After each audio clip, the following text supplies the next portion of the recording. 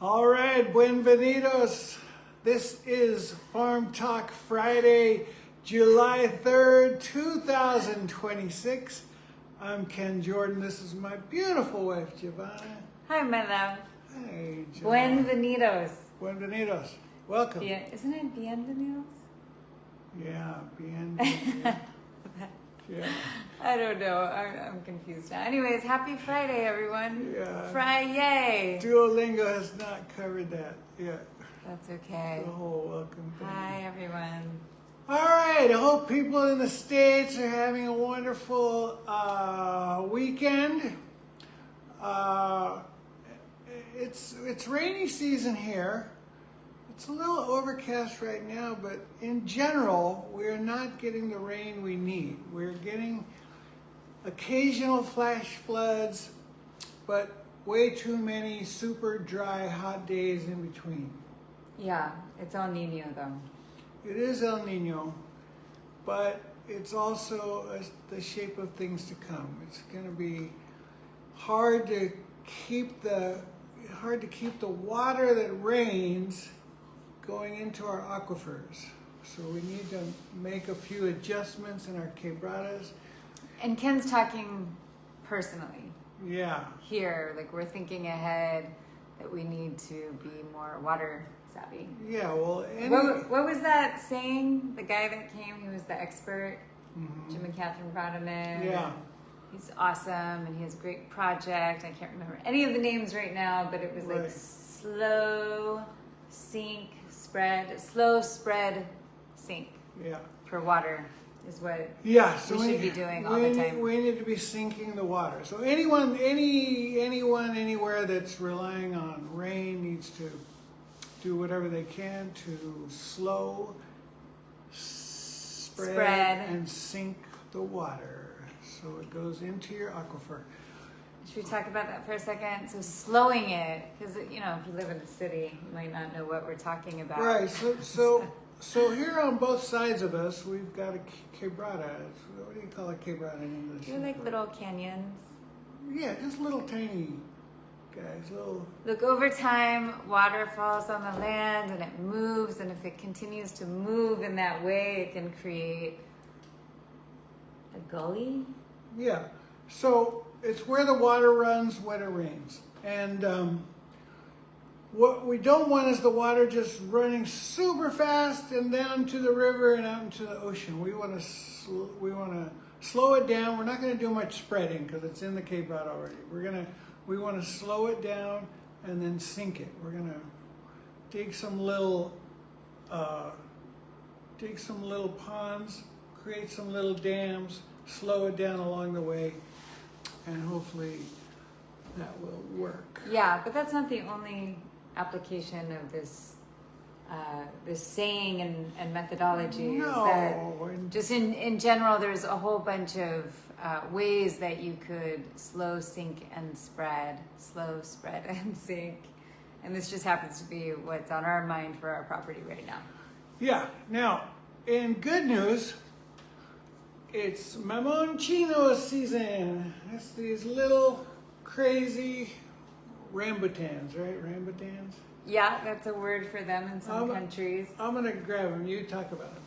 Okay, they look like what we have been told is the coronavirus. Yeah, like the images that the little graphics that they would post.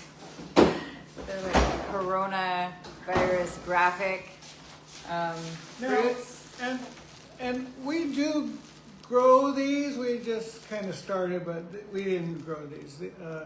These are from our local neighborhood back of the truck salesperson. There it is. They're called Mamon Chinos here, also Rambutan. And they're like a lychee. Yeah, they're basically you can open a them type up of lychee with your thumb.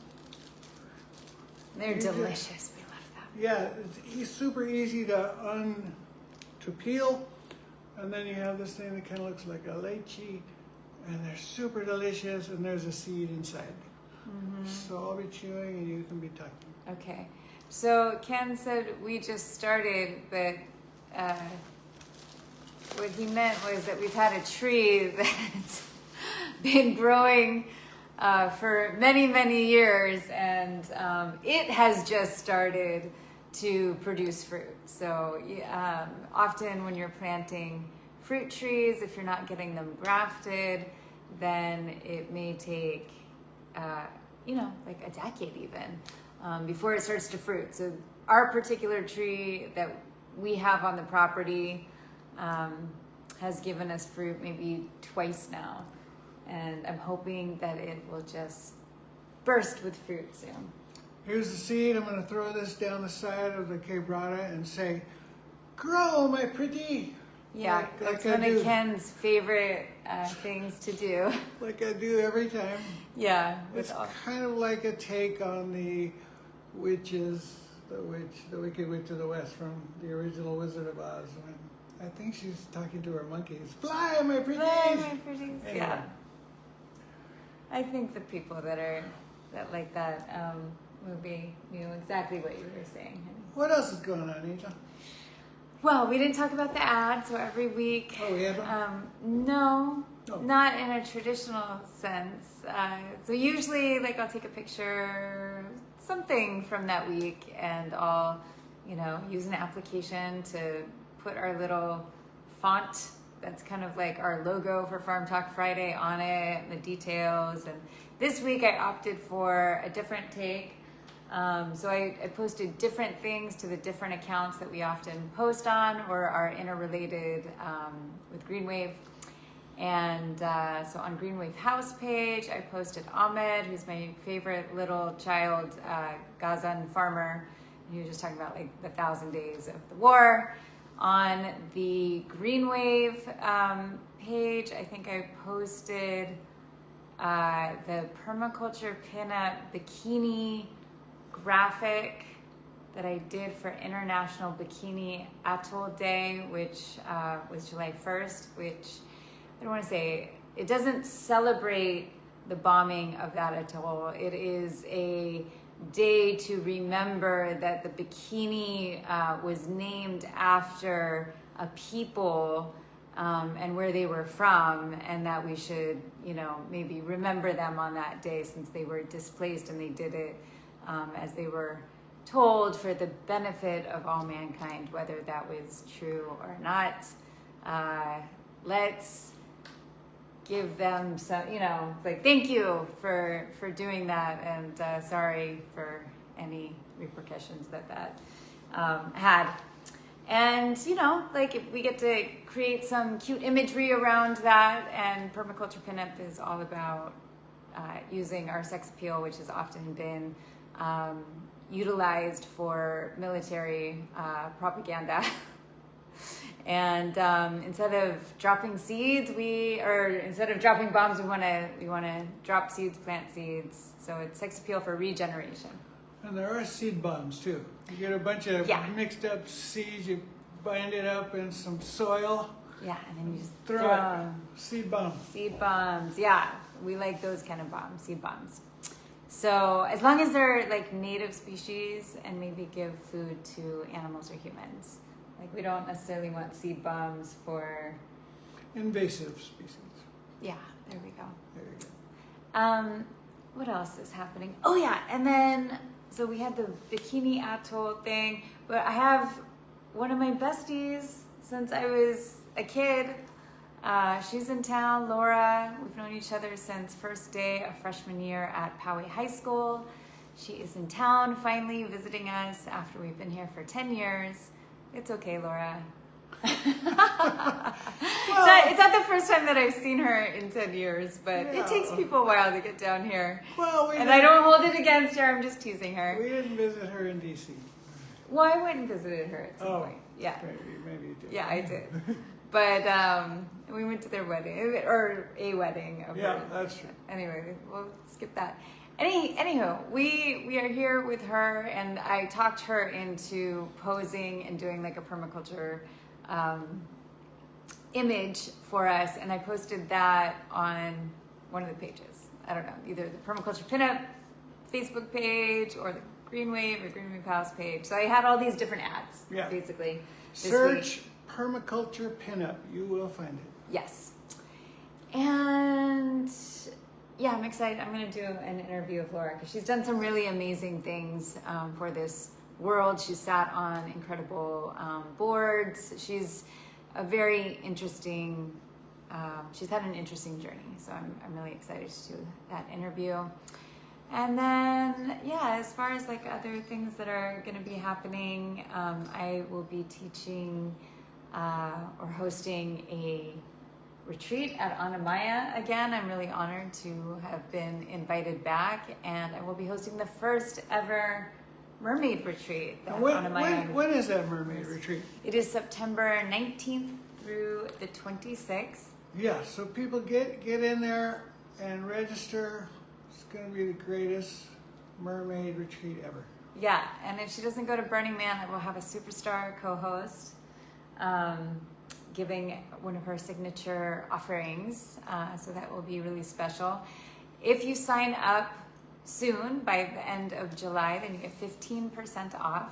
And Anamaya is gorgeous. Mm-hmm. It is world renowned. They were featured in like Condé Nast and recently National Geographic, mm-hmm. I think.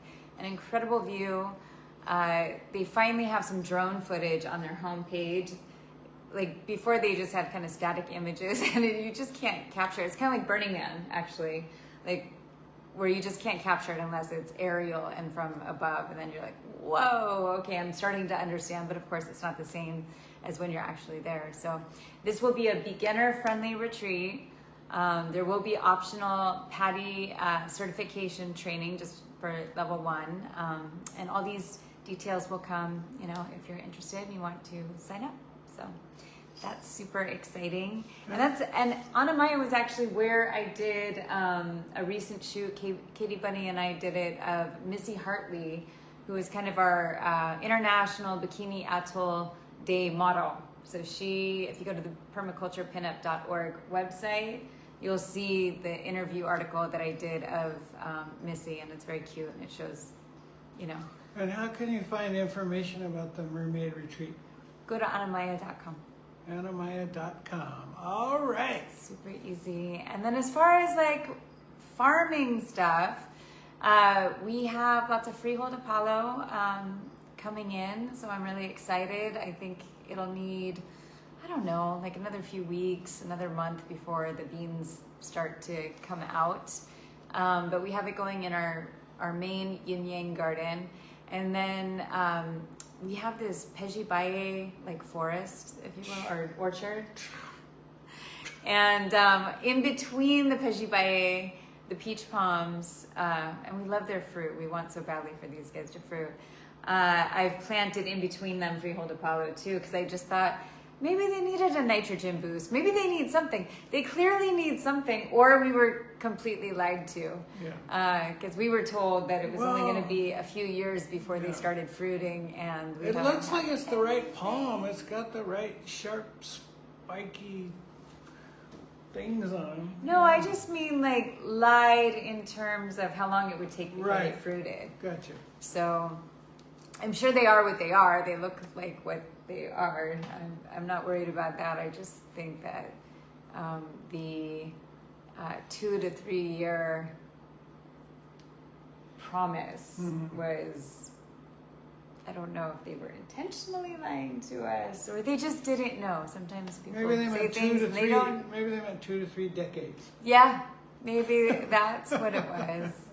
But anyway, we're trying new things. For one Pejibaye, come on. Yeah, and what I will say is that I was trying to do some research around it, and you know, I could be working harder on it. I could be asking like every single permaculture friend that we have, and you know, locals, and I'm just kind of waiting still because I feel like almost any day, maybe today's the day, maybe this week's the week.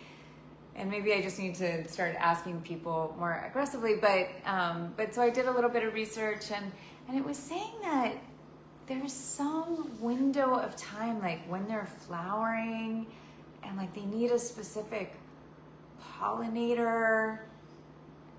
Okay. Look, it sounded kind of complicated. So we went to a new schedule. So we were taking, when palms, palms like they bloom, and then like a lot of plants, they have leaves, and the leaves might get old and they wilt and they die. And sometimes with with palms, like we take those, we remove them, and then, you know, like LA puts them somewhere or incinerates them. Here we would use them as like a mulch ring or something. And so we were just like cutting off like the dead fallen palm leaves. And now I'm letting them stay and just kind of hang out because they might provide home to these pollinators. I forget what it was, if it was like a moth or, but there's something, one of the key players in the pollination for our future fruit of our peach palm.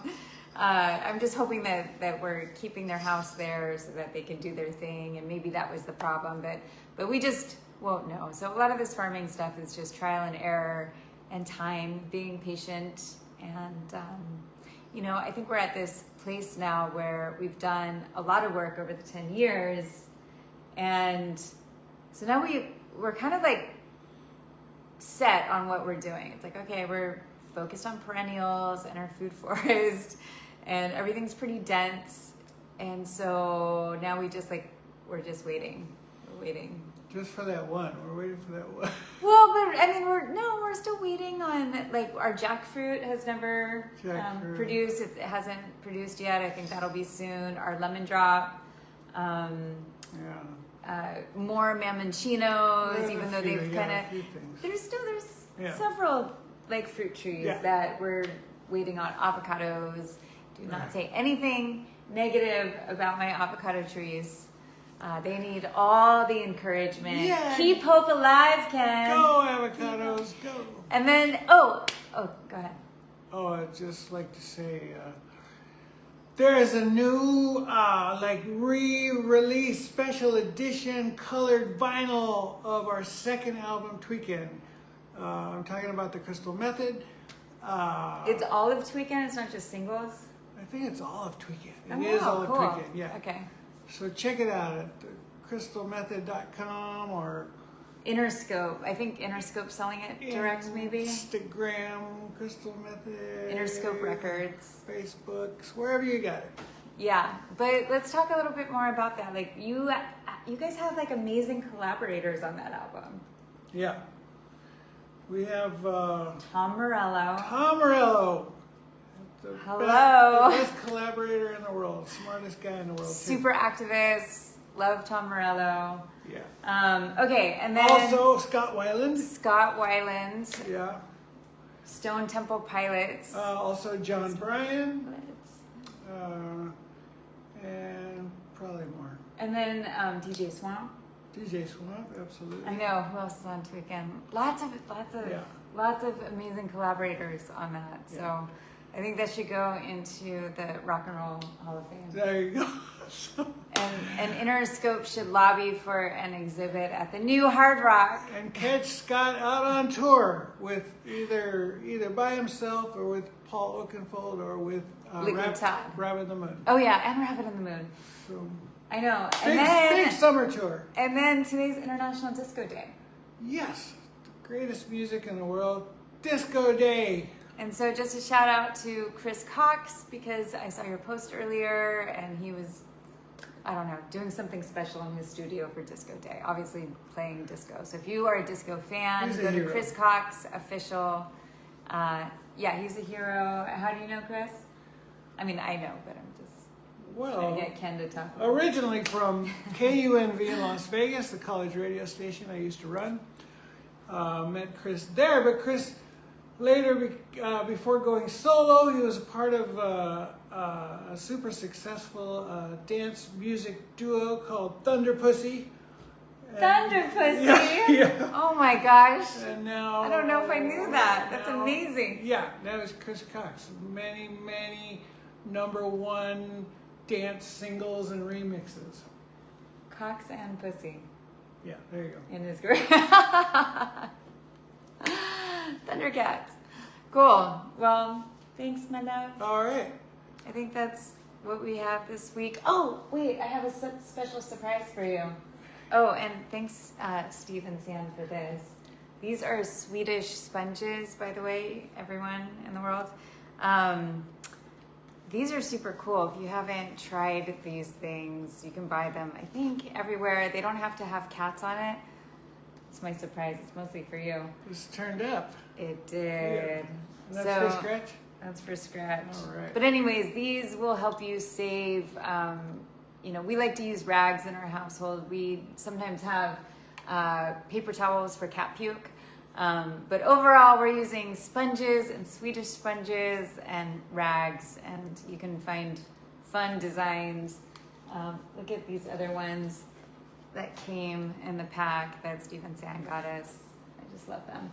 And then this, sorry, I butchered our cat, just his haircut. And I did it with scissors because I thought, I just need to help him out so he isn't coughing up fur balls so much lately, thinking, I ordered that clipper, so no worries. And he has had the most embarrassing haircut for about a month or so. Thank goodness I found this. Are there attachments? I think this is it. Oh, okay. Yeah. Great. But anyways. All right, Yay! we'll see you next week on Farm Talk Friday.